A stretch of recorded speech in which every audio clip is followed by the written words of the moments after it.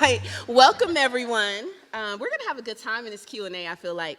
Okay, welcome everyone to Reanimating Old Monsters. My name is Dr. Jalondra Davis. I work as an assistant professor because my institutional affiliation is not my identity. I work as an assistant professor at UC Riverside, and I work on mermaid lore right now, African diasporic mermaid lore. So I would like to introduce all of our panelists. Devan, sorry, eyesight. Devan, I should have asked you, Schnecker. Schnecker, Okay, correct. all right, got it. Devan Schnecker is presenting Trans-Gothic Spaces in Mary Shelley's Frankenstein. Devan is a PhD student in English literature at Indiana University Bloomington. Her areas of interest include romantic and Victorian literature, and she is particularly interested in the portrayal and organization of gender and sexuality in such literature, along with related questions regarding space, place, and embodiment. Next will be Liz, or Elizabeth Kurtzman, presenting Till Death Do Us Part, the preoccupation with matrimony and vampire tales.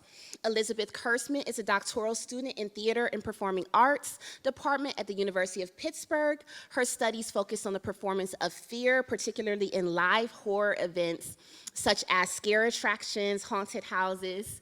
Unfortunately, Jessica is not with us, and she was presenting on mermaid horror movies, and I was really excited about that. I also love mermaid horror movies, so maybe we could talk more in a Q&A or after, because there are so many of them, and a lot of them are low budget and terrible, so that's a lot of fun.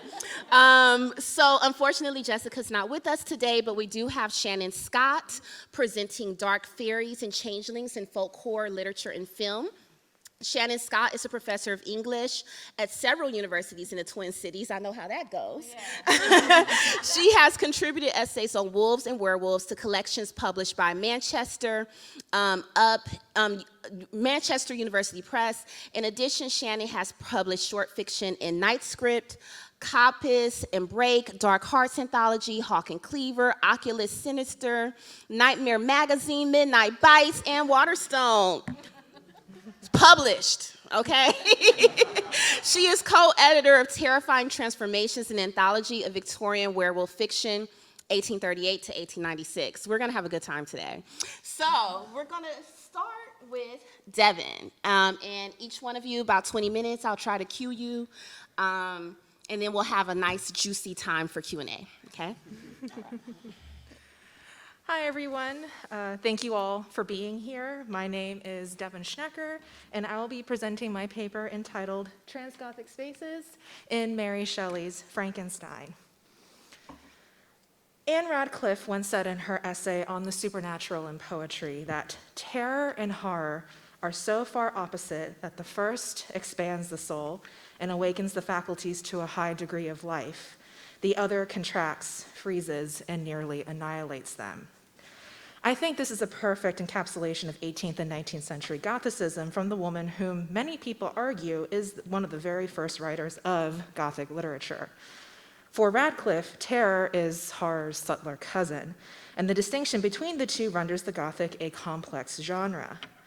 The Gothic can be visceral, terrifying, and unsettling, and E.J. Clary in Women's Gothic argues that it is also comprised of, quote, wild passions, the sublime, supernatural phenomena, violent conflict, murder and torture, sexual excess and perversion, outlandish settings, and strange minglings of history and fantasy.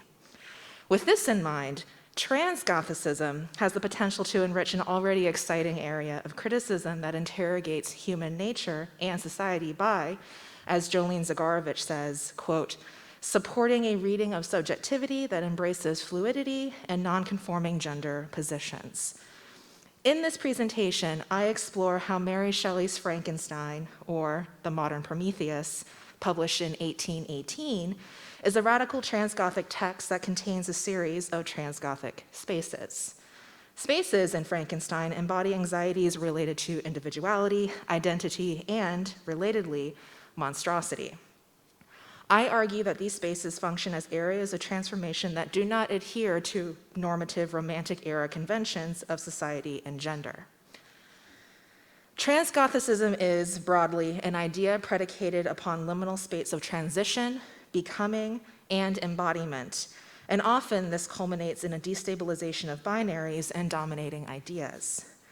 The spaces of Victor's laboratory, wherein Victor loses himself to a hubristic obsession to create life from nothing, and the creature's hovel at the Delacies, where they cobble together an identity out of the words of Milton, Plutarch, and Goethe, harbor possibilities for transgression, transformation, and transcendence.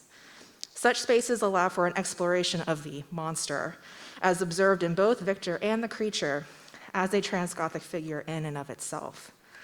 I want to uncover how these transgothic spaces represent a break from tradition and a disengagement from conventional notions of gender and identity in a restrictive social sphere.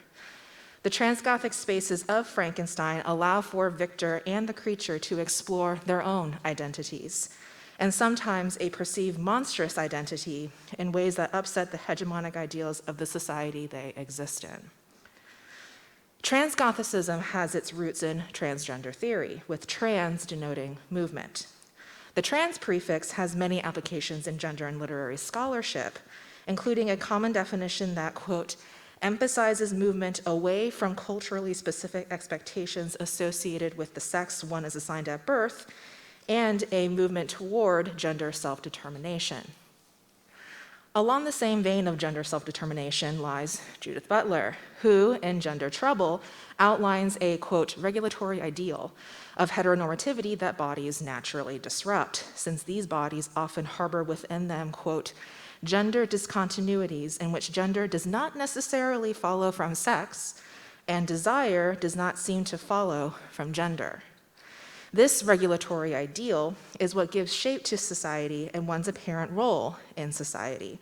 And according to Butler, quote, acts and gestures create the illusion of an interior and organizing gender core, an illusion discursively maintained for the purpose of the regulation of sexuality within the obligatory frame of reproductive heterosexuality.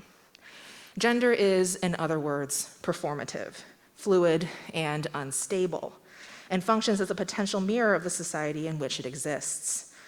So, the transgothic has the potential to highlight and subvert what Butler terms as regulatory ideals.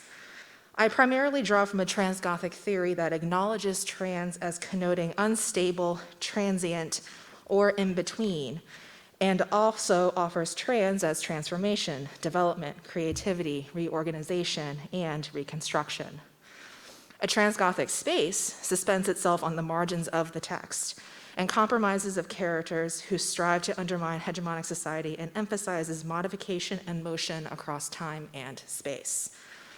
A transgothic approach to a text like Frankenstein prompts us to shift our perspectives on how a space can function in a text, allowing us to read Frankenstein and combine the ambiguity of gender with the anxiety and terror of the Gothic. There are two kinds of transgothic space in Frankenstein: those that are human-made and indicative of constrictive societal ideologies, and those that are natural, free from those restrictions. For the purposes of this presentation, I'm going to focus on the human-made spaces, within which Victor and the creature must conform to those aforementioned regulatory ideals. These are the spaces of the laboratory and the hovel, but we will start with Victor's laboratory. Victor's laboratory is a sanctum within which he can seemingly transgress the natural and edge into the preternatural. The transgothic human-made space of the laboratory functions on two levels. It is a place wherein Victor can distance himself from Ingolstadt, an institution that epitomizes stagnation of ideas, and it allows him to play with the liminal space of transition from that stagnation to something utterly new. As Victor removes, disarticulates, and rearticulates dead bodies, he starts to veer from the expected and into the unexpected through violent means. However, if Victor's lab is a transgothic space where he can subvert an institution such as Ingolstadt, how does this subversion manifest in relation to his role as a man in late 18th century Geneva? Returning to Judith Butler and their assertion that gender is largely performative, the performance of gender itself is visibly marked on the body. Butler argues that acts gestures, and desire produce the effect of an internal core of substance, but produce this on the surface of the body. If gender writes itself on the body in material ways, then we can read Victor's illness as he labors to create life as a manifestation of a gender he tries to perform. It is important to note that Victor's laboratory is a space that outsiders do not have access to. And Victor ensconces himself in an isolationist bubble within which he labors to an almost fatal end. As Victor distances himself from the specific expectations of a man living in the late 18th century, he does so bodily and mentally. In his laboratory, Victor's cheek grew pale with study, and my person had become emaciated with confinement. My limbs now tremble, and my eyes swim with the remembrance. But then a resistless and almost frantic impulse urged me forward. I seemed to have lost all soul or sensation but for this one pursuit. It was indeed but a passing trance that only made me feel with renewed acuteness. His research has a marked effect on his person. And while it is research that goes against the norm, it is something that is traditionally conducted by someone who identifies as male. However, Emma Liggins notes that a novel like Frankenstein exemplifies binary models of difference, wherein men are healthy and intellectual, and women are dominated by the involuntary periodicity of the reproductive system. If this is the case, then Victor inhabits both categories, dissolving the binary and instead standing as an example of a transitional figure. But Victor is transitional not in the sense that he moves from one gender to another, but rather that he embodies both sets of characteristics. In other words, Victor embodies gender as a holistic concept, rather than discrete categories that one must adhere to in isolation. Victor's Transgothic laboratory becomes both a sanctuary from society and a tomb of life, even as he endeavors to usurp death's power. Victor himself likens his work, even as he, within this enclosed space, as something closer to death rather than life, and wonders, quote, "Who shall conceive the horrors of my recent secret toil as I dabbled among the unhallowed damps of the grave or tortured the living animal to animate the lifeless clay?" For Victor, a lack of recognition from the very society he seeks to undermine is almost unbearable, and he revels in the idea of having it both ways. As Victor's research into creating life manifests as what Judith Butler would classify as a gender reality created through sustained social performances, Victor splinters under the weight of his work. The creature, whom Victor sees as a wretch and the miserable monster whom I created, instills a gut-wrenching terror within Victor. The creature disrupts his carefully cultivated isolation, and Victor must grapple with the creature's personhood, which is ostensibly at odds with the creature's monstrosity. However, Victor's terror is in response to not just the creature's physicality, but his power as well. When Victor first sees the creature newly animated, he asks, "How can I describe my emotions at this catastrophe, or how delineate the wretch whom with such infinite pains and care I had endeavored to form? His limbs were in proportion, and I had selected his features as beautiful. Beautiful, great God, his yellow skin scarcely covered the work of muscles and arteries beneath. His hair was of a lustrous black and flowing, his teeth of a pearly whiteness. But these luxuriances only formed a more horrid contrast with his watery eyes that seemed almost of the same color as the dun white sockets in which they were set, his shriveled complexion and straight black lips." The ugliness of his creation amplifies his own horror at the idea that Victor's power in his workshop was merely an illusion, and his creation can now take their own power. For Victor, losing control is the ultimate terror, and the creature embodies that loss of control. When Shelley breaks away from Victor's narrative and slips into the creature's mind, the reader gets the opportunity to explore the creature's subjectivity. This brings us to the second Transgothic space of Frankenstein, which is the creature's hovel at the de Lacy's. No longer in the space of the lab, which was the hub of Victor's identity and destabilization of a gender binary, the creature finds himself fleeing the villagers who find them terrifying and repulsive. During their escape, they find the DeLacy's cottage and the little wooden attachment that they fashion into a living space. The creature describes the hovel thus: "My place of refuge was constructed of wood, but so low that I could with difficulty sit upright in it. No wood, however, was placed on the earth, which formed the floor, but it was dry, and although the wind entered it by innumerable chinks, I found it an agreeable asylum from the snow and rain. Here, then, I retreated and lay down, happy to have found a shelter, however miserable, from the inclemency of the season, and still more from the barbarity of man." Much like Victor, the creature retreats from society into an enclosed, human-made space. While Victor isolated himself because he did not wish to live out the expectations of a late 18th century European man, the creature does so to save themselves from bodily harm in a reactionary society that does not understand them. Victor had years to understand and then reject the expectations that society thrusts upon him. However, the creature only has days and seems to settle on the hovel out of necessity rather than actively choosing it. The creature interacts indirectly with the DeLacys as they observe their domestic way of life that is in such stark contrast to the villagers who are terrified of the creature. Furthermore, this indirect collaboration with the DeLacys in the transgothic space of the hovel allows the creature to create an identity and a purpose outside of society. In relative safety, the creature begins to feel compassion and an affinity for the DeLacys. Whenever other humans visited the DeLacys, their harsh manners and rude gait only enhanced to me the superior accomplishments of my friends. And the creature gestures toward modeling themselves after the DeLacys. Even though the creature is physically close to them, as he resides in the hovel attached to their house, the DeLacys are unaware of their presence and cannot interact with them. Inversely, the creature physically removes themselves from society, but they inch closer toward mentally placing themselves in relation to other humans as they emulate the DeLacys. They start to align themselves with the humanity they observe from the hovel, and their first impressions of the world are tentatively forged in a confining space. Butler's argument that gender is performative takes a different edge here, as we see the creature actively try to mirror what they see in the DeLacy home, but in a severely restrictive space that is not public.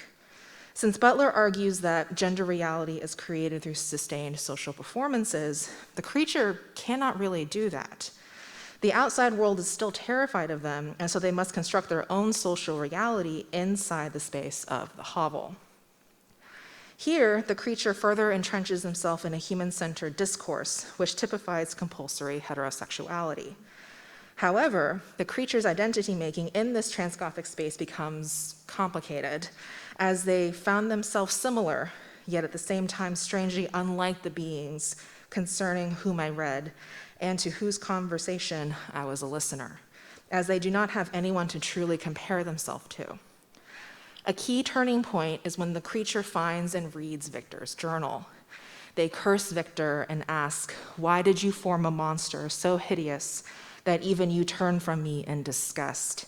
God in pity made man beautiful and alluring after his own image, but my form is a filthy type of yours, more horrid from its very resemblance. Satan had his companions, fellow devils, to admire and encourage him, but I am solitary and detested." Reading Victor's journal tells them that they are decidedly different from other humans and that they may not even be human, even as they experience all the sensations that a human can experience. In other words, they begin to recognize their monstrosity as they slowly begin to understand that they are quite unlike everyone they have encountered thus far.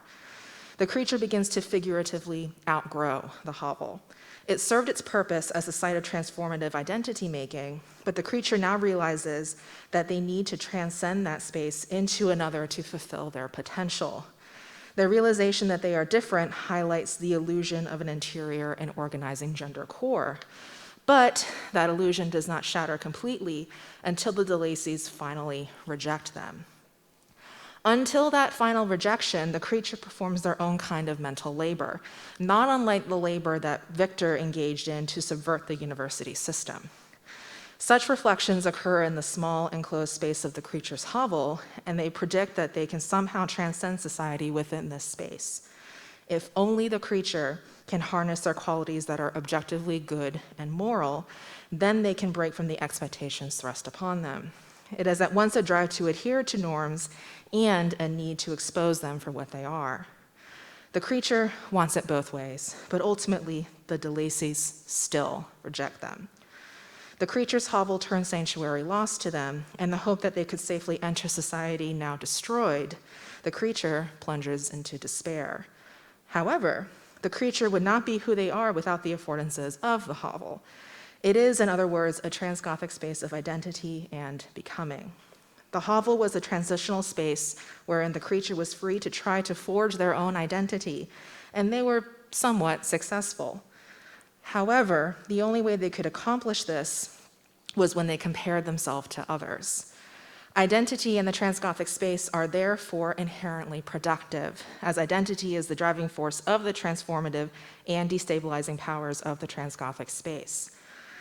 Ultimately, breaking away from the transgothic spaces of the lab and the hovel thrust the creature into a society that refused to acknowledge their difference.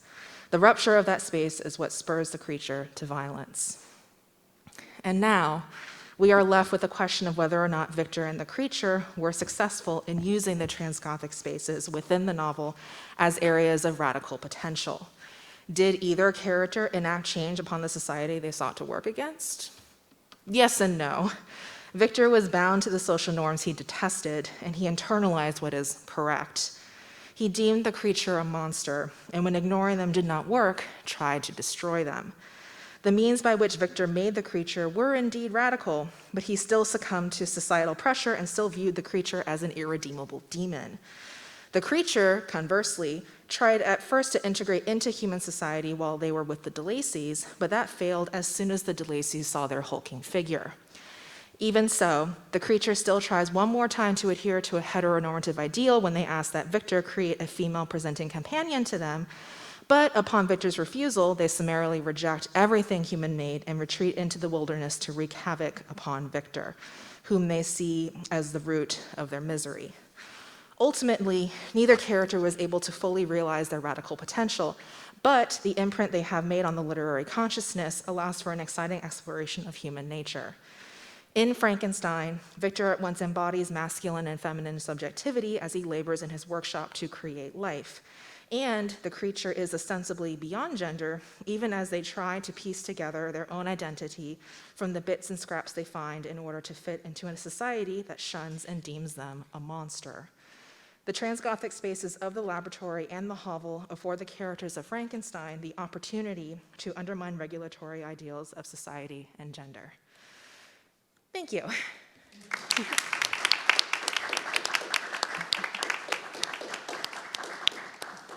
Yeah.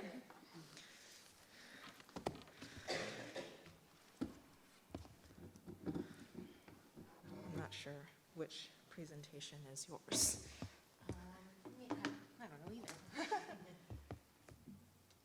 Okay, so we're getting settled, but next we'll have Elizabeth Kurtzman, Till Death Do Us Part, The Preoccupation with Matrimony and Vampire Tales. Aha, there it is. Okay.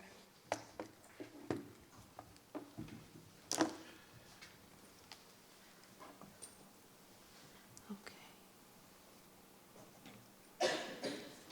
Sorry, I have so many screens in front of me right now. No problem. Oh, yeah. Okay. Hi. I'm going to be looking at a couple different plays that have to do with vampires. So I'm going to start off with the scene, of course. A night breeze softly stirs diaphanous curtains as moonlight falls through the window onto the sleeping form of a young woman clad in a modest white nightgown. She does not stir as the moonlight coalesces into the form of an elegant-looking man, dark-haired and pale, who creeps slowly to her bedside. He looms over her, a threat and a promise, as she slumbers on, unaware that she is to be the next bride of this dark prince, this vampire. This scene is familiar to nearly anyone who has access to a television, even if most cannot name the exact film it was first featured in. Though there have been countless versions of the blood-sucking monster, the word vampire still conjures up a specific image of the seductive undead. Deadly but stylish, villainous but romantic, predatory but conflicted, this suave monster owes his public image to the Gothic storytellers and theater makers who served his stories to a thirsty public and in the process immortalized him forever. The vampire's Gothic foundation dictated many of the vital details of his story, such as his preference for ominous castles, but it also forever linked him to marriage and marital schemes. Unlike many monsters, the vampire does not simply seek victims, he takes brides. In order to better understand the vampire's relationship with unholy matrimony, I will be discussing two major stage adaptations that feature vampiric villains, J.R. Planche's The Vampire, or The Bride of the Isles, and Hamilton Dean's Dracula. And considering not only how marriage is represented in these plays, but also how anxieties around domestic life manifested in those productions. And I'm going to skip over, I have a lot of stuff about what the Gothic looked like on stage as opposed to in novels. So we're going to have to skip over that, but I'll pick up with the figure of the Gothic villain, which was sort of different from the melodramatic villain. Instead of simply being a figure of pure mustache-twirling evil, he expressed guilt or shame for his actions and sometimes offered up a sympathetic explanation for his dastardly deeds. Thus, the reader could live vicariously through the villain and his hedonistic exploits because they knew that his transgressions would be punished by the end of the tale. This sympathetic, attractive villain became commonplace in literature, and few figures personify these traits more clearly than the vampire. Though the vampire entered Western literature at the end of the 19th century, Slavic and Eastern European cultures, as well as many cultures around the world, have tales of blood-sucking creatures, vampires, dhampirs, all kinds of things dating back thousands of years. These creatures bore little resemblance to the debonair gentleman in an opera cape that we have come to love and fear. Instead, these early revenants were often spirits that inhabited corpses and rose from the grave to drink the blood of the living or to spread disease, an act that could only be prevented by driving a stake into their heart, cutting off their hands and feet before they were buried, or sometimes burning them and eating the ashes. But the vengeful writing of a spurned Caroline Lamb and the opportunistic publishing of one John Polidori fused the mythic figure of the vampire with Byron, leading to a more refined, polished monster who would sweep women off their feet and leave their hearts broken and blood drained. This vampire became the perfect Gothic anti-hero, undeniably charming, handsome, and passionate, but only able to live through the suffering of others and the exploitation in particular of innocent young ladies. There we go. The vampire, with a Y, set off a vampire craze in England, much to the disgust of critics. As one article Riley states, vampires are introduced into popular novels, represented as figuring in the drawing room, shining in fashionable assemblies, favorites with the ladies, forming the delight and admiration of elegant audiences. It did not take long for a stage adaptation to be born from Polidori's story. In 1820, La Vampire was staged with great acclaim in Paris at the Théâtre de la Porte Saint-Martin. Within a few months, J.R. Planche was hired to write an English adaptation of the story, which he named The Vampire, or The Bride of the Isles. This version was set in Scotland, since the English Opera House had the costumes and sets. And though it was popular, and you can see in this picture that they are wearing Scottish gear, though it was popular enough at the time to garner several revivals within the first decade of its production, it's primarily remembered now for its technical legacy, the introduction of the vampire trap. The vampire trap is a hinged trapdoor on springs that allows the actor to disappear through the floor, making it appear as if they vanished instantly. The vampire trap made Lord Ruthven, the vampire in this tale, seem even more otherworldly. He hovered on the fragile boundary between life and death, and it made Ruthven's actor T.P. Cook appear to be alternatively body and spirit instead of a mortal man. Cook's performance supplemented this vision. One critic exclaimed that his fearful action, his triumphant smiles, his very assumed softness of tone and demeanor, he gives us the idea of being not quite of this world. Despite the vampire's reputation for seduction and ruin, it is noteworthy in this adaptation that Ruthven seems to be unable to kill his victim unless they are tied by the bonds of matrimony. In the prelude to the play, when the spirits Unda and Ariel are laying the groundwork for the events, Ariel explains, "Aye, they must wed some fair and virtuous maiden, whom they do after kill, and from her veins drain eagerly the purple stream of life, which horrid draught alone hath power to save them from swift extermination." Similarly, later on, the servants who serve as comedic relief are gossiping about the death of a noblewoman. They mention that the woman had been secretly married to a man before she was found drained of blood and with the marks of human teeth on her throat. In case the audience is still unclear on how these creatures operate, another servant adds, I've heard my great-uncle say that these horrible spirits called vampires kill and suck the blood of beautiful young maidens, whom they are obliged to marry before they can destroy, and they do say that such is the condition of their existence, that if at the stated periods they should fail to obtain a virgin bride whose lifeblood may sustain them, they would instantly perish. Oh, the beautiful young maidens. When it is revealed that Margaret's father, Lord Ronald, is planning to marry his daughter to his friend, who he thought was dead and then suddenly returned alive and well, it's not difficult to deduce that this mysterious suitor is going to be our vampire. When the others express disbelief at Ruthven's plan to marry and leave within the day, he explains his speedy marital timetable with the frankly preposterous explanation that the King of England wishes him to marry a lady of the court, and he has no other way of avoiding the match, other than to wed Margaret immediately and be on his way before dawn. In this story, marriage operates as a mean of escape for the men and a trap for women, a sentiment that was familiar for many audience members at the time. In the early decades of the 19th century, different conceptions around marriage were clashing, and those frictions were beginning to appear in fiction. Familiar love, the practice of marrying from rational esteem, had been the most common reason for marriage during the 17th and 18th century, when unions were often made to run households and to care for family members and children. But the Romantic era popularized the more idealized romantic marriage, which presented love as desire-based, immediate, and guaranteeing a glorious, if vague, future. For most audience members, familiar marriage was their most likely prospect, but the idea of romantic marriage was both thrilling and frightening. As women began to have more influence over their marriage prospects, they were faced with the danger of choice and the risk of choosing wrong. Women who wished to marry for affection had to contend with fortune hunters, familial pressure, and devious rakes. And as the 19th century continued, the rake emerged as the main threat in literature. In The Bride of the Isles, Margaret's obedience to her father is the first issue she must contend with. But Ruthven personifies the other two dangers as well. Like a rake, he has left a trail of forsaken dead wives behind him, and he is mercenary in the sense that he is after her resources, in this case, her blood.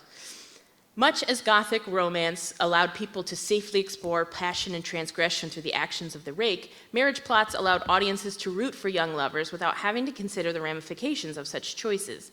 Most marriage plot features a love triangle of sorts, where the female lead has to make a choice between a familiar love partner and a romantic love partner.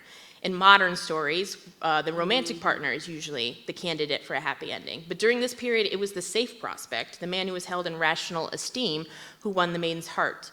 In most Gothic romances, a happy ending was found with the boring hero of the tale, who was moderate in his habits, deferential and chivalrous to women, but did nothing to drive the plot, and in the end was boring and worse, ineffectual against the passionate, wicked villain.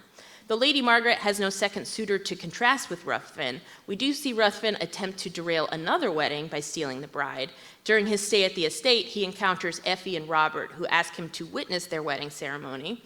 Ruthven then suddenly professes love for Effie, so he can try and kill her, so he won't have to kill Margaret, and immediately does his best to convince Effie to elope with him.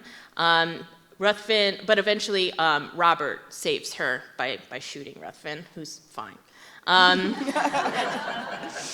Though Ruthven is a murderous villain, he's also mysterious, handsome, and tragic, traits which made him more compelling and raised him from a one-dimensional villain to a conflicted antagonist. Planche gives him an almost Shakespearean sense of self-reflection early in the play.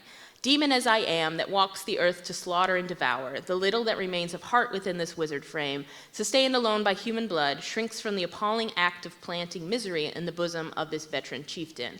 Still must the fearful fat sacrifice be made. And suddenly, for the approaching night will find my wretched frame exhausted, and darkness, worse than death, annihilation is my lot.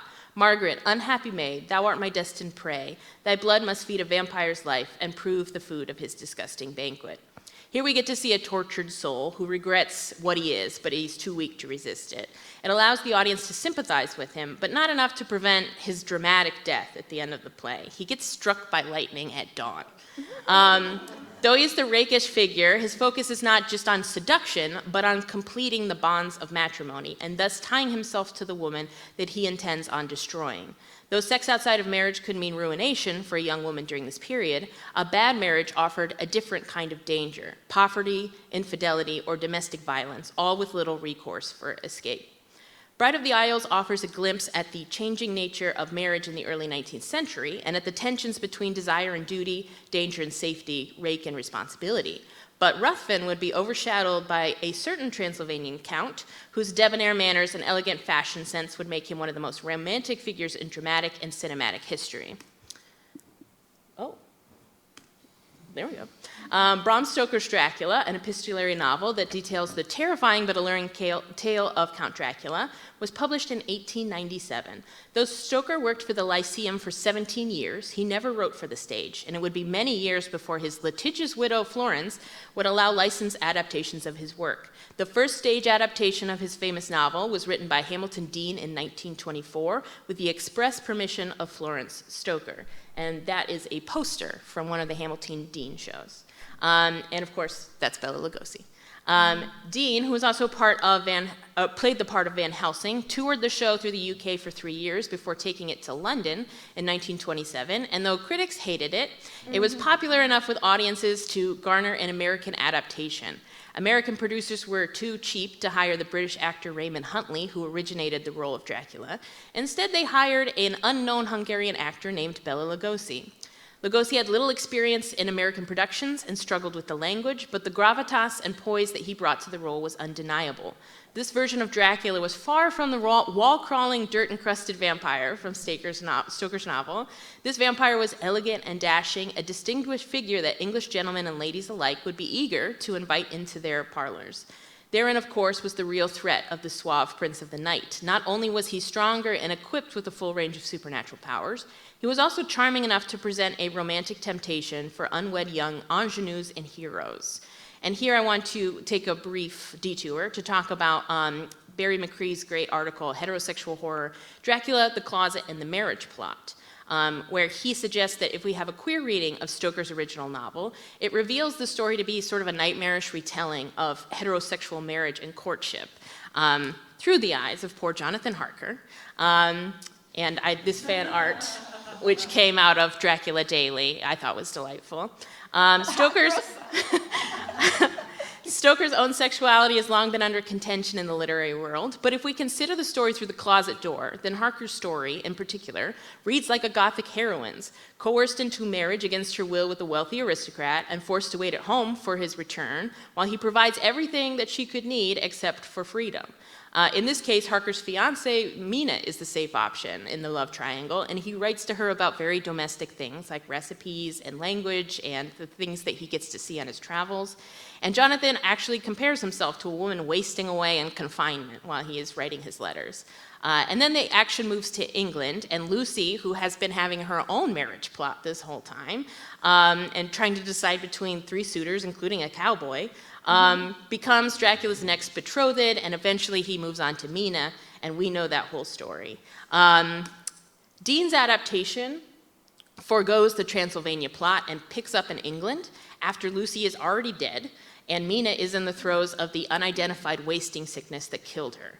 Dracula has purchased the estate next door and keeps popping in like Kramer style to the story.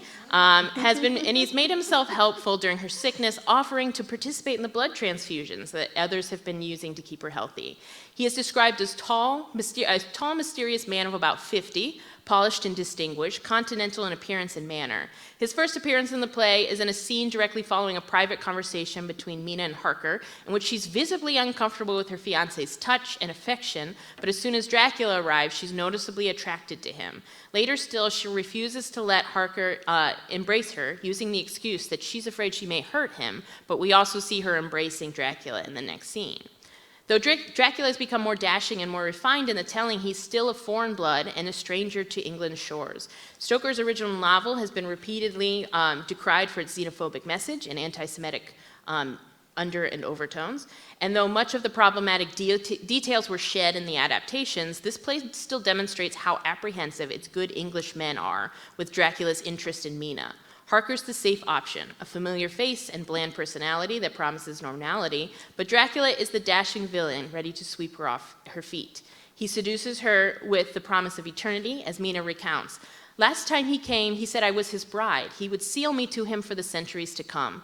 Of course, as Dracula himself reveals later, he has other brides of old times who wait for me in their vaults in Transylvania, but I shall set her above them all.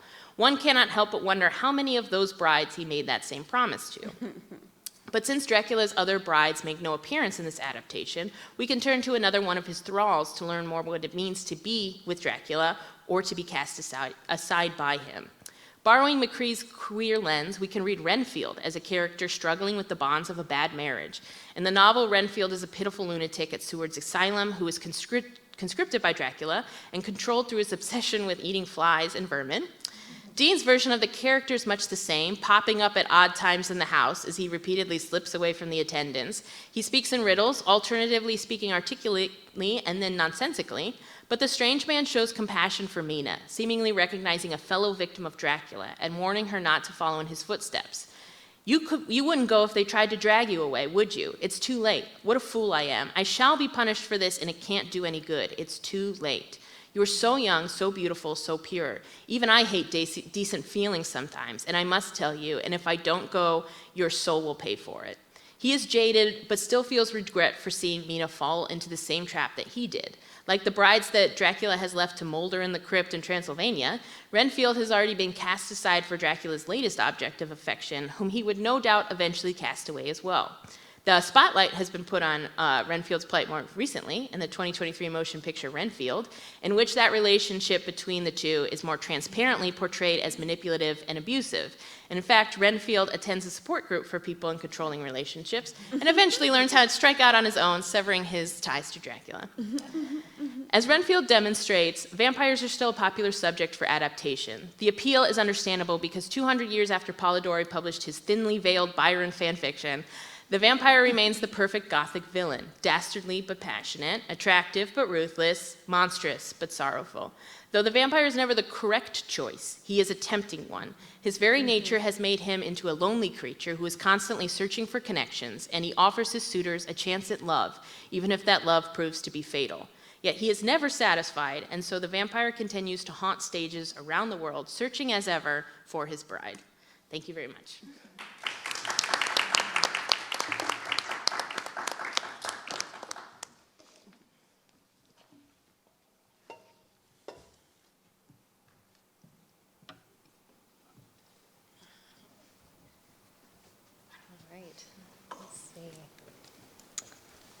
I'll sit here. Okay, and so next we will have Shannon Scott with Dark Fairies and Changelings in Folk Horror and Film. All right. Is this the, let's see how I open it up. See, play from start? All right, there we go. Okay. Hi, nice to be here. All right, I'm gonna get going. All right, even though my mom's family immigrated from Ireland to America during the mid-19th century, I grew up with an iron horseshoe nailed over my front door as a protection from evil. I knew not to step inside a ring of mushrooms or a fairy ring, or you might get lost forever in the realm of fairies or lost in your own mind. My mom attributed pipes creaking or shoes going missing to the fairies. If our cat watched something that we couldn't see, it was probably a fairy. Every Halloween, she poured some of her Bartles and James wine cooler onto the cold Minnesota ground to honor the fairies. This was the 1980s, at least a century after immigration, but folklore persists, even divorced from its setting. The word fairy has been used as an umbrella term for all European folkloric creatures, like elves and trolls and leprechauns. But in Ireland, in Old English, they were called the she. Jenny Butler claims the change from she to fairy was due mainly to the Anglicization of the country during English colonization, and that the she, unlike the fairies of Shakespeare or Spenser, were not playful or ethereal or winged, but mythical people that lived underground, which is what she translates to mounds or burial mounds. So the Shi, or fairies, were a connection to the dead, to the underworld or the spirit realm. Celtic folklore often links fairies with death, but it's hard to tell what beliefs are authentic, for lack of a better word, since so much of the folklore in Ireland has been interpreted through a Christian lens. But it could well be that instead of giving a respectful nod to the fairies on Halloween, my mom was actually honoring her dead ancestors with a libation on Samhain. In the horror genre, the fairy folk often appear as deranged leprechauns demanding gold, or as a psychotic, bloodthirsty elf on a shelf that ruins Christmas. Most often, the effect is lurid and kind of funny, but usually not terrifying. However, in horror texts that utilize the figure of the changeling, a figure that can be found in folklore throughout Europe, the effect can be much more ominous. It's a figure with a painful history in Ireland, twisted through centuries of colonization, Christianity, famine, land evictions, and extreme poverty. Its origins may not be based in folklore as much as superstition stemming from real-life hardship.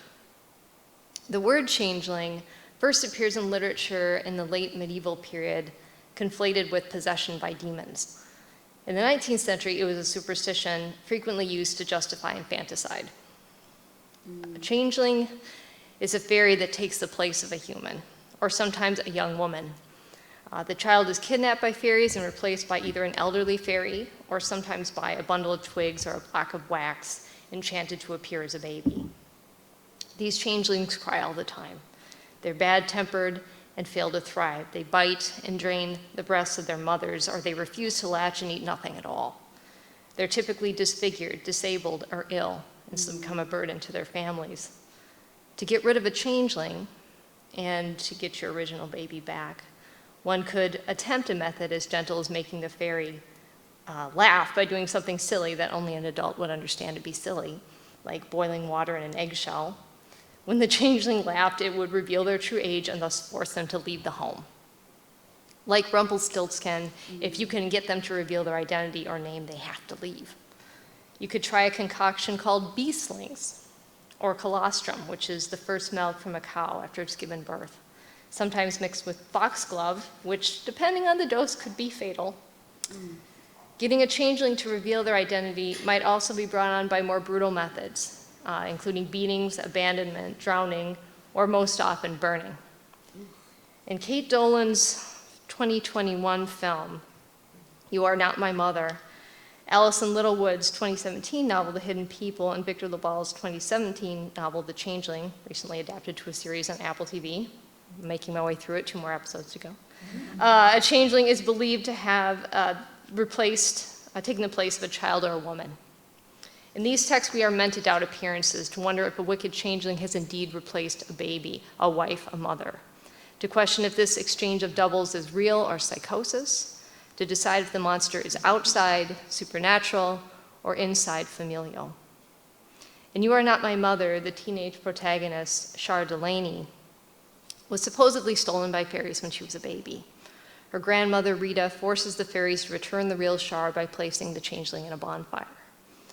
The opening sequence of the film begins with a long-distance shot of a baby in a stroller parked in the middle of the road at the end of a dark and empty street in suburban Dublin. Can't see it very well, but as we get closer to the stroller, we see the baby's legs kick out, bored and a little fussy, but not crying. Unfocused in the background stands a woman watching the baby, presumably Char's mother, Angela. Rita shoves past Angela, grabs the handles of the stroller, and pushes it down the street. Angela shrieks, but she doesn't follow. The grandmother steers the stroller over fallen leaves and veers into the nighttime forest. The baby's eyes growing wide, looking up at the tree branches. When they reach a circle of twigs, the grandmother lifts the baby from the stroller and sets it inside the circle. The grandmother then starts a fire in a ball of twine, consulting an old book for reference. She blows into the ball of twine, making the fire glow inside between her hands, and sets the twigs on fire. There is one quick shot of smoke and fire surrounding the baby, but the rest of the scene, or the burning of the changeling, is reflected in the grandmother's face as the baby wails. The grandmother looks resolved and grim, but not crazy or deranged. The camera lifts from her face into the dark sky as embers rise into the air, The scene then cuts to Shar as a teenager, waking in her bed as if the previous scene were her nightmare. When she lifts her face from the pillow, there is a burn scar on her cheek. This is a hard scene to watch.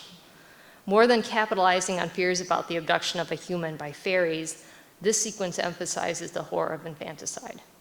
And the baby does not fit the description of a changeling.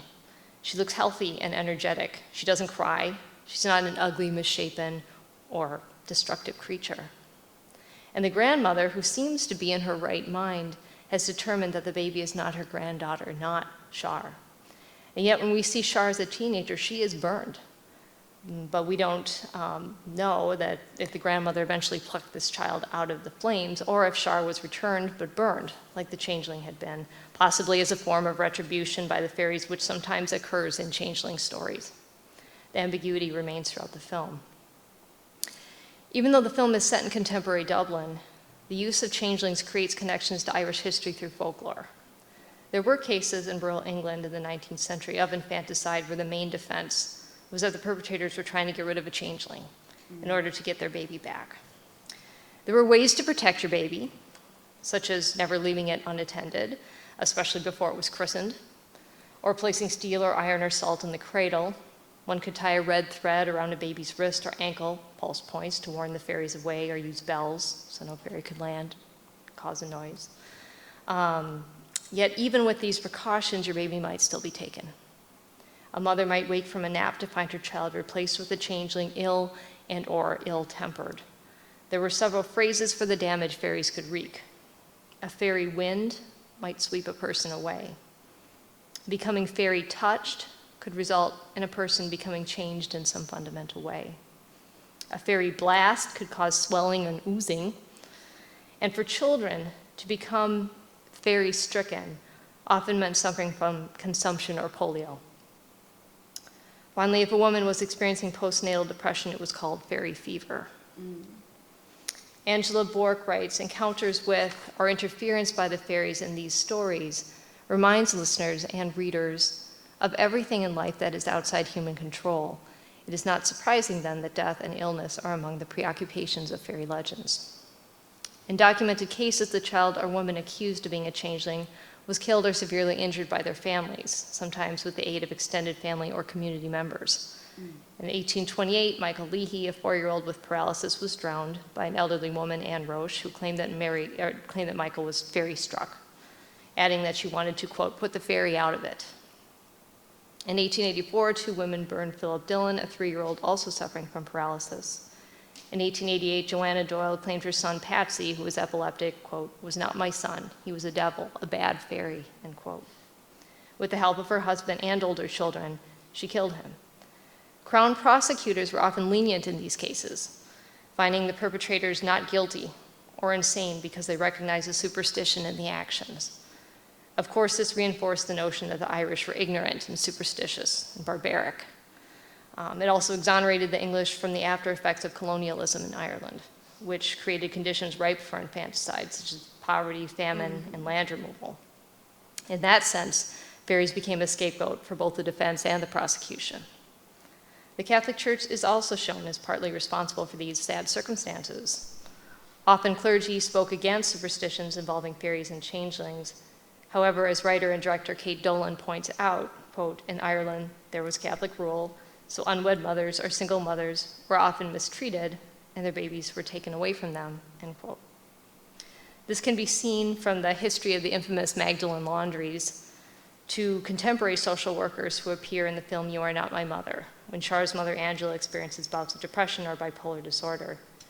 Changeling stories stem from legitimate fears, from the need to hide a pregnancy not condoned by the church, who might take your baby away, along with the financial hardship of single motherhood or of a child who is unwell and will always need caregiving. The stigma, ostracization, and lack of employment opportunities that come along with unwed motherhood are explored in Alison Littlewood's The Hidden People. Don't know where that's coming. Eventually the book came up here. Hopefully we'll get that. Anyway, set in the late 19th century in the north of England. The character of Essie Aiken has a child out of wedlock and with the squire's son. She's manipulated into believing her baby is a changeling, and so she buries it alive, believing her real baby will be returned the next night when the moon is full. But it isn't. The narrator, Albie, digs up the body, which he has been assured will be a bundle of twigs. The horror, quote, "The horror returned because I knew I must unfold the cloth and see what was concealed within. Wisps of hair clung to the peeling scalp. It lay with its face turned inward, and I was grateful. I did not wish to look upon its eyes. I could not bear to see its pain," end quote.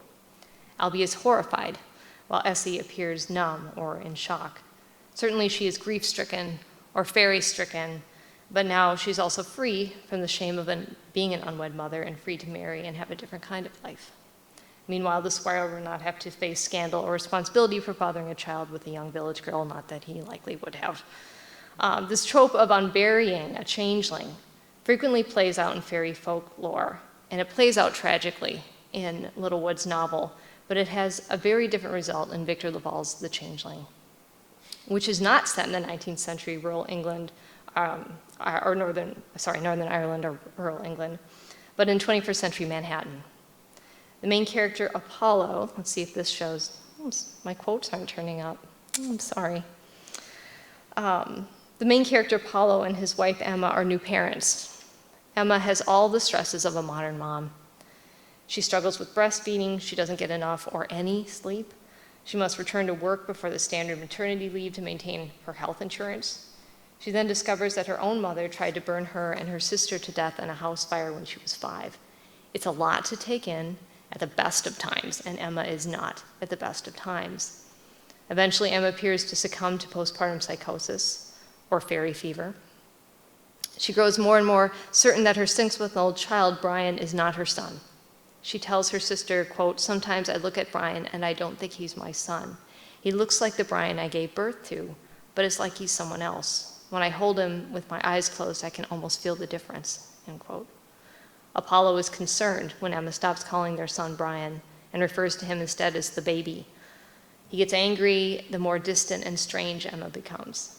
In a harrowing scene like the opening of Dolan's film, Emma burns the alleged changeling to death in boiling water.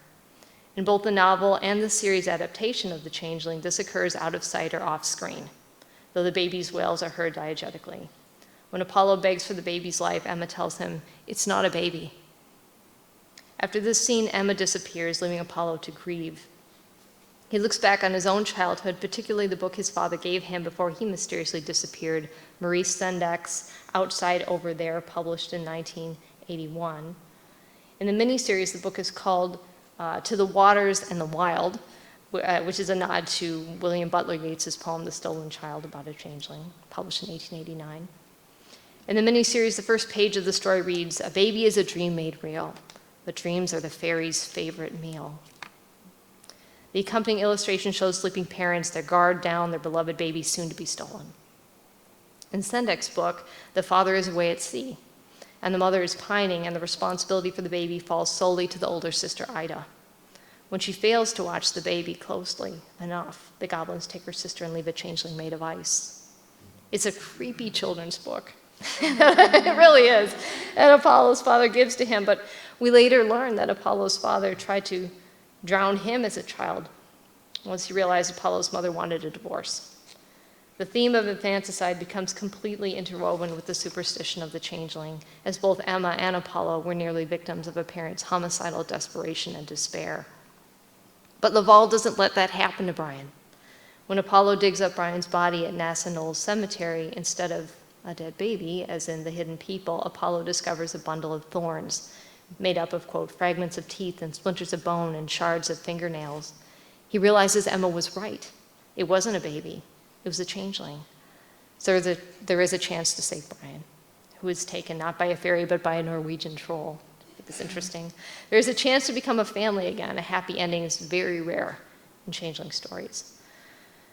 Folk horror involving the supernatural, a fairy or a troll stealing a child, is much less horrific compared to a parent killing a child. It also provides a clear-cut villain. In You Are Not My Mother, the main fairy abduction, or changeling, is not Shar, but ultimately her mother. And the dynamics of having a grown woman as the changeling shift the horror in the film significantly. As an adult, Angela has much more authority. She's also larger and stronger. Once again, it is the grandmother, that's the quote, who claims Angela's been taken by fairies and replaced by a changeling. Dolan's film invites audiences to interpret the folklore of the changeling as a metaphor for Angela's struggle with mental illness. Her emotional transformation could be symptoms of psychosis or side effects of new medication, not a changeling situation. Yet when Angela disappears during a bout of depression, she returns changed. At first, it seems like a positive change. She's happier. She listens to music and cooks and wears a clean dress. But she soon spirals into uncontrollable rages that threaten her family. Shar is called upon to burn the changeling to get her mother back, and arguably to save herself. The fears become, what if she's wrong? What if this monster is her mother? What if her mother wants to kill her? The film emphasizes the terror of a parent losing control to violence. The terror that someone you love is turning into someone you no longer recognize, someone who will hurt you because they don't recognize you anymore either. As in Dolan's film, the tension shift in the hidden people when the changeling is a grown woman. Albie's cousin Lizzie, a reference to Christina Rossetti's 1862 poem Goblin Market, is accused by her husband of being a changeling. He finds her altered, a condition brought on by bronchitis of all things, and believes she is no longer the Lizzie he married. He and a group of Lizzie's male relatives, including her cousins, father, and distant uncle, force her to drink beeslings and hold her over a fire to make her reveal her true name, her fairy name. In her diary, Lizzie later recounts the experience. Quote, "The other went and grabbed my hair, and I started to cry then, since I didn't think they would have done that. It were like I was nothing," end quote. In this case, the fear comes from a false accusation, followed by the loss of control and domestic violence. Littlewood's novel is essentially a retelling of the true story of Bridget Cleary, who was burned to death in her own hearth by her husband, Michael Cleary, with the aid of her male relations in 1895 in County Tipperary, Ireland. Michael Cleary claimed his wife was a changeling. He defended his decision to burn her in court and believed he would one day find her again riding on a gray horse and steal her back from the fairy folk. Unlike the previous cases of infanticide, Cleary was convicted of manslaughter. His wife was not found on a gray horse, but buried in a bog. In folk horror, the use of the changeling story is less about a fear of what the fairies might do, blast or blight or strike, and more about what family can do to each other, given extreme conditions or declining mental health, often condoned by an insular community or an indifferent justice system. When I offer my libation on Samhain this year, I will acknowledge that the dark fairies have been falsely blamed for human atrocities and deserve their libations. Thank you.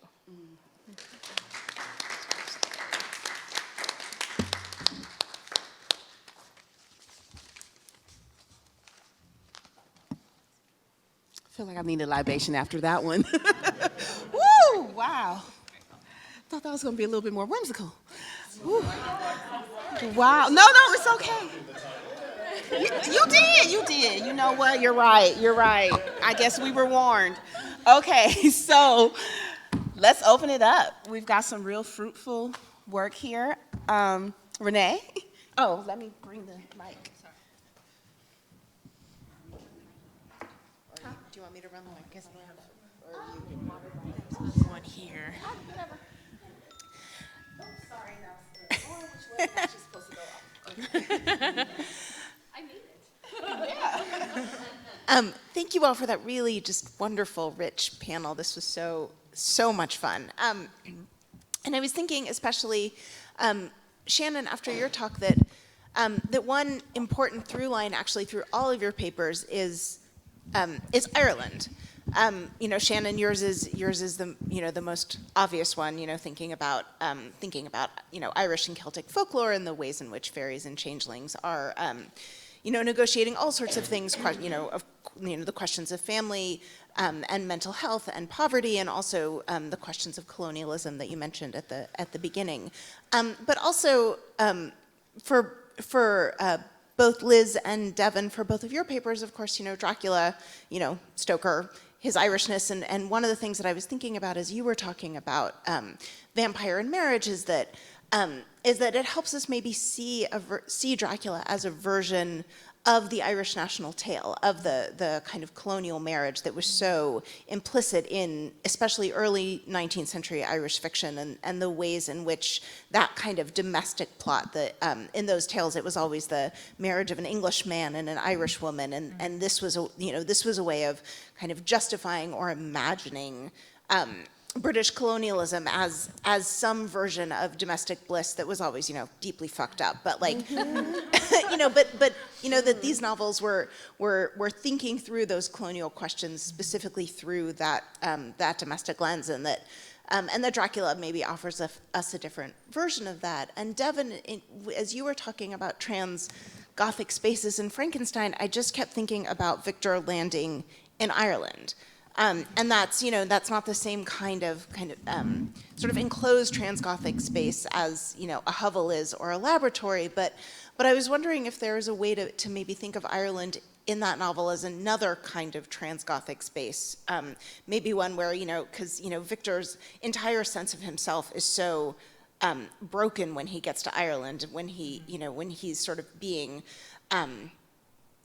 described as something that he believes he's not. He's not the murderer of his best friend. He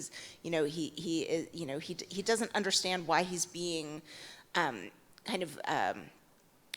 shoved into a certain kind of legal system that doesn't make sense to him. Like there's something that is putting pressure on his identity when he gets to this strange, non-English but sort of English space, that like those travels that land him in Ireland, like Ireland itself is a problem. And so I apologize for the length of this question, but I wonder if maybe all three of you could talk a little bit more about just about Ireland in a way, about the ways that certain kinds of the colonial pressures that Ireland was experiencing in the 19th century maybe kind of inform the ways that you're thinking about the text you're working on, or just riff on Ireland a little bit.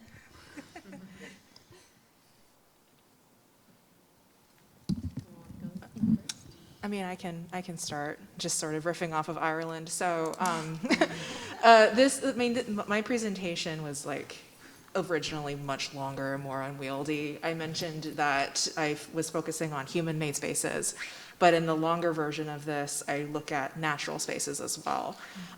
In those spaces, it's the Arctic at the end of the novel, and then in Geneva, when Victor encounters the creature for the first time, after he, fucks off, because he's like, oh no, when the creature is first animated. So I can see Ireland as being another. I never thought of Ireland as a trans-Gothic space, but I can also see it as being like a trans-Gothic and also a transitional space from the human-made to the natural, because I think Ireland can sort of encompass both of those ideas, if that makes sense. And I think thinking about also the colonial aspect, it struck me when you said that Ireland is not English, but sort of English. It's like English adjacent, right? And especially since by that point, Victor's sense of self is so fragmented and broken, he's really just doesn't know who he is and doesn't know what to do about the creature. And it is really leading up to the moment when the creature murders Elizabeth Lavenza.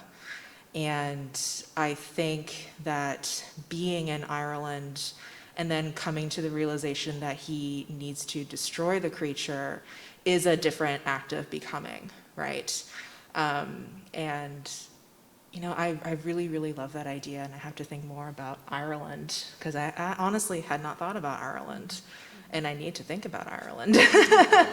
But I like it being as a sort of like yoking, or if we're thinking of these like contact zones, like Mary Louise Pratt, in Ireland being like right in the middle of that, moving from the lab and the hovel to the Arctic, the very desolate place, and embodying both of those sets of ideas. No, I really, really love that. I'm not, by no means, an expert on Irish history, or not even really an expert on Bram Stoker. But one of the things that sort of struck me with this research is that there's almost this, with Bram Stoker, there's almost this like he's like aggressively avoiding anything that has to do with his actual identity when he writes. So he doesn't set his, and I haven't read all his stories, so maybe someone can point out to me one where he does, but his two most famous stories are Dracula and Lair of the White Worm. And neither of those touch upon Ireland, really. And he doesn't write about his own sexuality. He doesn't write for the theater or about the theater, even though that was his job for most of his life. So there's almost this like Bram Stoker-shaped hole, right, in some of his work. And going back to Barry McCrea's article, he talks about how Stoker, like was friends with Oscar Wilde and other queer writers, and then when Oscar Wilde was arrested, suddenly was like, did not like cut contact and disavowed them, and then had a strange relationship with his wife, and so it's sort of, you find the edges of who he is through what he doesn't talk about. So I think that would be interesting to delve more into. I'm sure there's people who've done work on Dracula in Ireland that might have more thoughts about this. I will also say that there's some really great stories out there where vampirism is sort of this metaphor for colonialism, for slavery, things like that are great. To sort of in another direction, but Abraham Lincoln Vampire Hunter, all right? Whereas the vampirism in that case is this metaphor for the way that they're leeching resources, leeching the lives of people through slavery. And anyway, so that's all I have really on Ireland, I guess. I was thinking about it, and I don't want to go into the whole history of Ireland, but you're right, there is a colonial past, and there is a complete, mixing of English and Irish too. By that point, it's Northern Ireland especially, it's hard to be down to households, and I mean, it's pretty a horrific history in some sense, because by the 19th century, a lot of the land has been removed, but even like during Queen Victoria's reign and during the famine, they were still exporting food out of Ireland, which is terrible. But I think what's interesting is that in the late 19th century, they get into the Gaelic revival. And that's when you see a lot more of the fairy stuff kind of start exploding, because that's when Yeats is doing his thing. And it's kind of a way to encourage home rule, but do it like through culture and stories. And all these fairy legends are the good people. The stories start getting written down. They were always just stories that people told, and so every time they told them, they were a little different. But they really put an effort into getting the folklore written down into collections that they could, sell to people, kind of almost make a case for Irish culture, if that's a way that I want to say that. But so I guess that would be one of the connections to the fairies that I was thinking about. Yeah. Okay, we have someone back there. Gina? So thank you so much. I'm sorry, in switching between sessions, I was only able to catch the last two talks, but really enjoyed both of them. This is actually particularly for the last talk. What happens? Do we know what happens to the children who are taken? I'm thinking of, I know Tamlin and I might be misremembering, is Scottish, but here it's like, oh, you're going to go to hell. Have fun with that. Do they ever talk about what happens to the children? Yeah, I left that out because it was a whole nother, but I'm glad you referenced Tamlin. And yeah, I mean, there's Scottish, there's English, there's Welsh, there's all these different changeling stories and different, well, they call them tribes or species, right, of these different fairy creatures.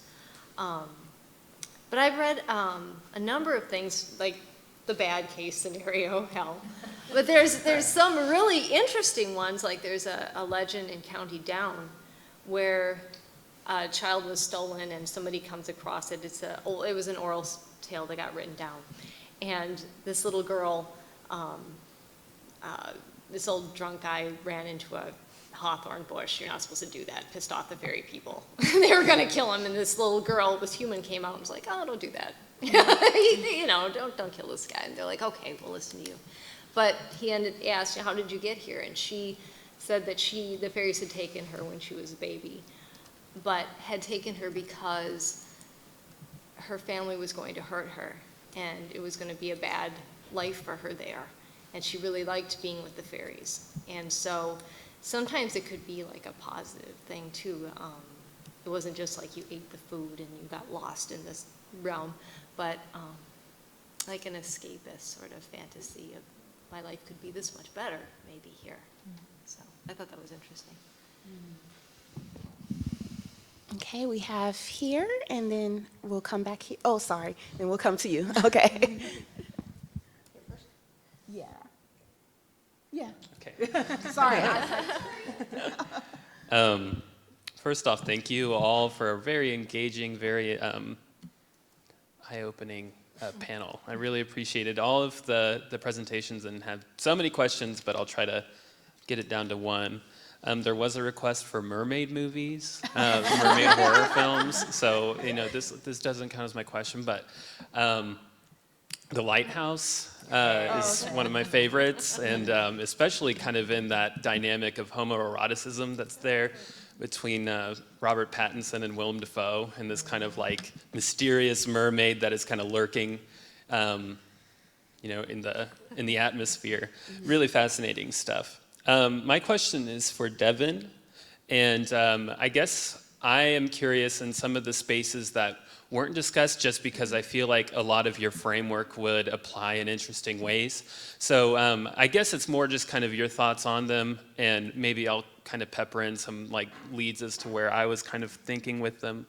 But I was curious about imagined spaces, and one of the imagined spaces I feel like that come up in Frankenstein is this potential compromise that comes with Frankenstein and his monster in this imagined kind of reality where the monster gets a mate and he goes off and lives in harmony and peace and never interacts with Victor ever again.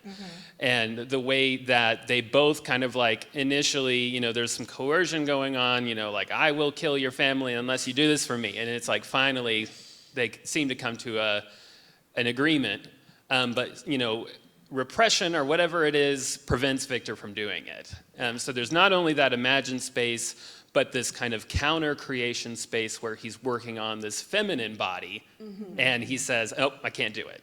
Tears it up in this very kind of visceral thing, compared to the very kind of ease of making the masculine body of his original monster. So I guess those are the two spaces that I was kind of thinking more about, and I was curious about how your Transgothic framework you think might apply. Yeah, I love that idea about imagined spaces, because I do, in the longer version of this, I do talk about that whole interlude, because it's the crux of the first natural space I talk about, which is, he's taking a very like contemplative, sad walk through like woods and like mountains and stuff in Geneva, because his little brother has just been murdered, and he thinks the creature did it. And then they encounter each other, or rather the creature like just appears. And there's this moment when Victor can see the creature sort of like bounding in and out almost preternaturally, because the creature has just such a physicality about them that is just so like preternatural and unnatural and just weird, right? Because they were, had an unnatural beginning. But that sort of uneasy sort of truce that they have is something that I would love to write more about, just because there's the spark of something different and new there. And the Transgothic space is ultimately, I think, a generative space where something new can be created. And I also can't help but thinking about adaptation in relation to your question as well, and James Whale's Frankenstein and the Bride of Frankenstein, and how in that the female creature is created, and Elsa Lanchester plays her beautifully and amazingly. If no one has seen The Bride of Frankenstein, you should watch it. It's a very fun film. But anyway, how that is, now we're getting into adaptation theory and all that stuff, so I don't want to stray too far from your question. But I think the potential of creating a female presenting body and what that means in terms of it being juxtaposed against the creature's more masculinized body, but the creature still being sort of like of an indeterminate gender, right? I think can be an interesting way to look at how they together would create this uneasy but potentially, maybe stable, maybe not, sort of domestic sphere. But then that is obviously in the book, that never comes to pass, because Victor sort of like catches himself and he's like, what am I doing? Because he's worried that they're gonna procreate and create a race of monsters. So he's just like, no, and then he destroys what he has created. And then that makes the creature go, well, F you, I'm gonna kill your wife. And then that's what gets them to the Arctic, because Victor is now on this vendetta against him. But I think that potential of this imagined transgothic space, of this sort of like collaboration, this something that is inherently collaborative and generative, and the potential for something new, I think is how we can think of that like imagined space, this imagined transgothic space. And then how it sort of splinters in different directions as to like, in the novel, it never comes to pass. But in Bride of Frankenstein, it does. And then how does that end up, right? Or in further adaptations, along the way, or like how, I don't know if you all heard that Guillermo del Toro is going to adapt Frankenstein, so I'm interested. Right? Yeah. We don't know who is playing who, we can guess. But the cast is wild. The cast is great. Look it up if you haven't already looked it up. I'm very excited for it. But how they would treat, how he's going to treat the potential of the female creature, if it's going to be closer to the book where she actually never appears, or if it's going to be a melding of what Shelley did and what Whale did, or what. But I think that's a really interesting thing. Thank you, Blake. And I had, there's a crossover too between our works, because the first stage adaptation of Frankenstein, which is Presumption or the Fate of Frankenstein, the creature was played by T.P. Cook, which was also the actor who played Lord Ruthven. So he originated the vampire and the creature on stage.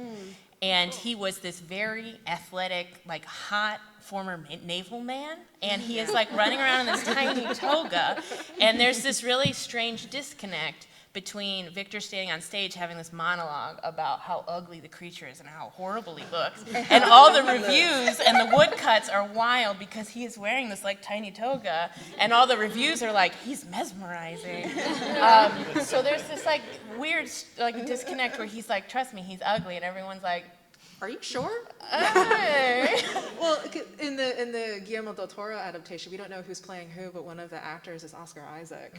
And I have a sneaking suspicion that he will be the creature. Yeah. And Oscar Isaac is not an ugly man. No. So, it's gonna, yeah. So I think there is, because like when the creature is described in the novel, I mean, yeah, he's supposed to be like ugly, but his features Are described as beautiful. as beautiful. Like Victor specifically picked the parts of the creature as like beautiful parts. It's just when they come together, we get this sort of uncanniness, right? And the fact that the creature is so athletic and can just hop around mountains and be fine, and run across the Arctic water and also be fine while Victor is wasting away, right? Poor Victor. Actually, not poor Victor. Whatever. Nah, he deserves no sympathy. Okay, we have a question. I'm sorry, I don't remember which one we called first. We have a question here and here. Thank you so much for sharing your knowledge. Every single one of these talks was so awesomely related to a hyperfixation that started in my childhood and I've continued to enjoy learning about. But my question was specifically for Liz, as a former theater kid and someone who is presently dating someone that works in the theater. I'm so sorry.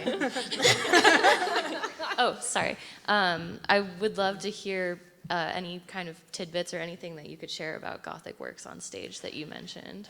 Yeah, so this was one of the areas that I was researching for my comprehensive exams. And one of the things that fascinates me about Gothic adaptation is that the Gothic written, like in novels, it's very, they call it the naturalized supernatural, right? The naturalized Gothic, in that people will think they've seen supernatural things, will describe ghosts and mysterious happenings, and then of course everything is explained away. Because at the turn of the 19th century, it was this age of reason now. We're not supposed to talk about ghosts, we're not supposed to believe in superstition anymore. So you had to explain everything away. But when you put that on stage, you can't, that's not as easy as a narrator being like, oh, turns out, it wasn't a ghost, right?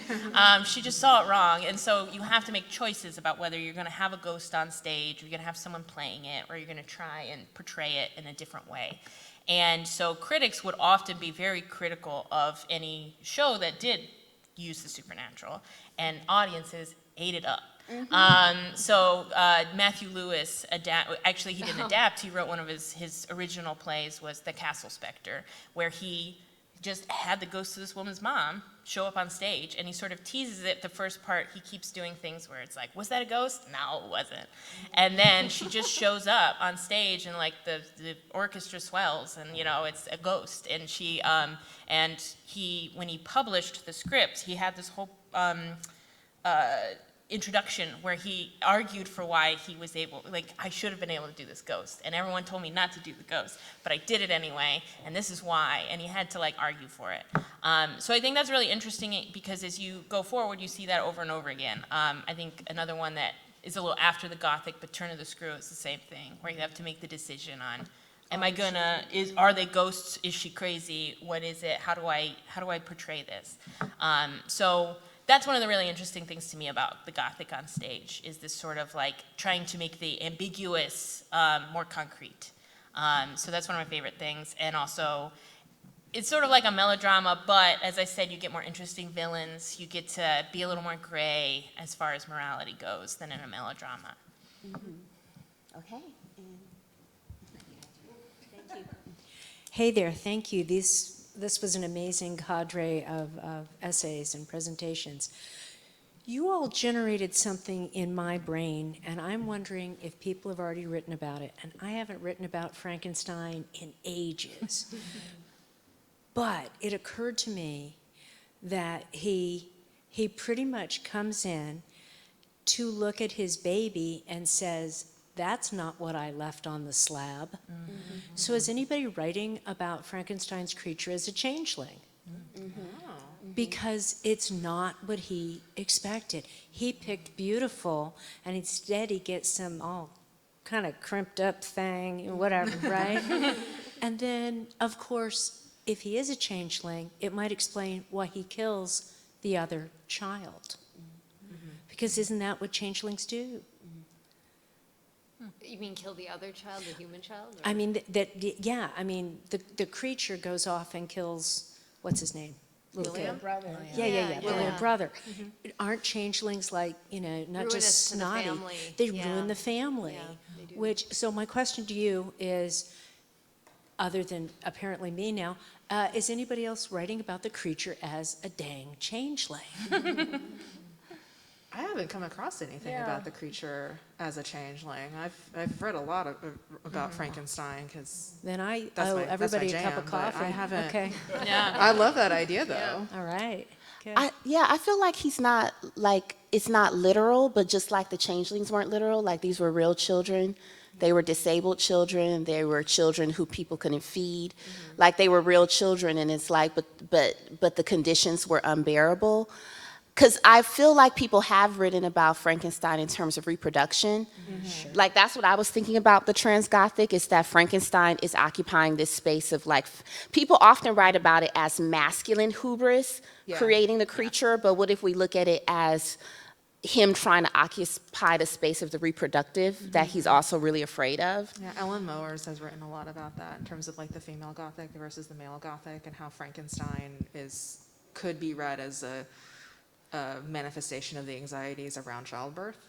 Yes. I think that's from the 1970s. And then he gets depressed. And he gets depressed, postpartum depression. Right. He gets very good fever. point about reproduction, though, actually. Yeah, exactly. She had a string of miscarriages. So. Yeah. It's one of the things that when I was writing about presumption that's sort of lost in that, or changed, I guess, is that Mary Shelley's book is very much about like responsibility and not taking responsibility for what you've done, and about, you know, childbirth and reproduction. And then the presumption, the play, is very much about hubris and pride and taking God's place. And to me, it's much more masculine reading of Frankenstein. Well, and in thinking about the reproductive element is interesting with changelings because they can't, you know, reproduce. And so in one of the cases of the women that I was talking about, that's how he proves it. She can't seem to carry a child to term, and that means that she must be a fairy. And in the motive for taking the human children in some of the lore is that they want to have some new genetics in the fairy world, and so they're taking, you know, humans that can reproduce. So reproduction is actually a big part of the mythology in that. So I think that's really interesting. I hadn't thought about it. Well, we're over time. Can we go on? Can we get one more? Okay, one more question. Sorry. No problem. It might be short because it's, it might take us too much off a tangent. We might just have to think about it. But because I think we're familiar as consumers of popular media into some of these ideas, the trans-Gothicness of Frankenstein, the marriage trap of Dracula and the vampire, and the destruction of the family and the conditions of family and changelings, I wonder if any of you have thoughts about modern play products. I'm in games, this is the bias. But there are so many role-playing and storytelling rules where people want to embody these roles within those tropes and what that means for extended storytelling, or if games is not where you play. I think we also see this in fan fiction communities as well.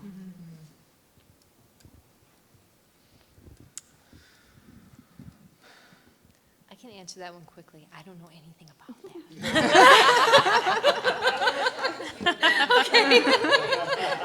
I used to write fan fiction. I never posted it because I didn't know that was a thing. I didn't know that's what I was doing. But I always liked getting characters pregnant.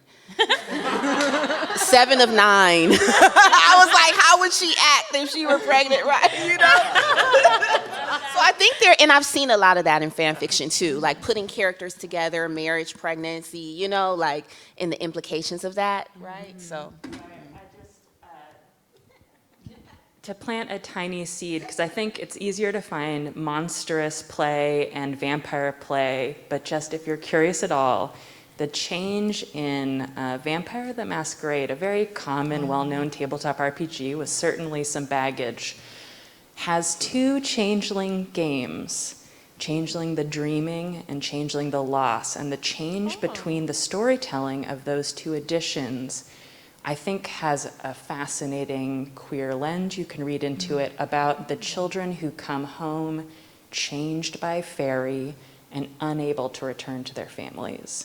It's fascinating to look at as just a game structure. I can't speak to the play community as much, but happy to talk more. Thank you. Thank you. Cool. All right, this was excellent. Yeah, we're done, right? Okay.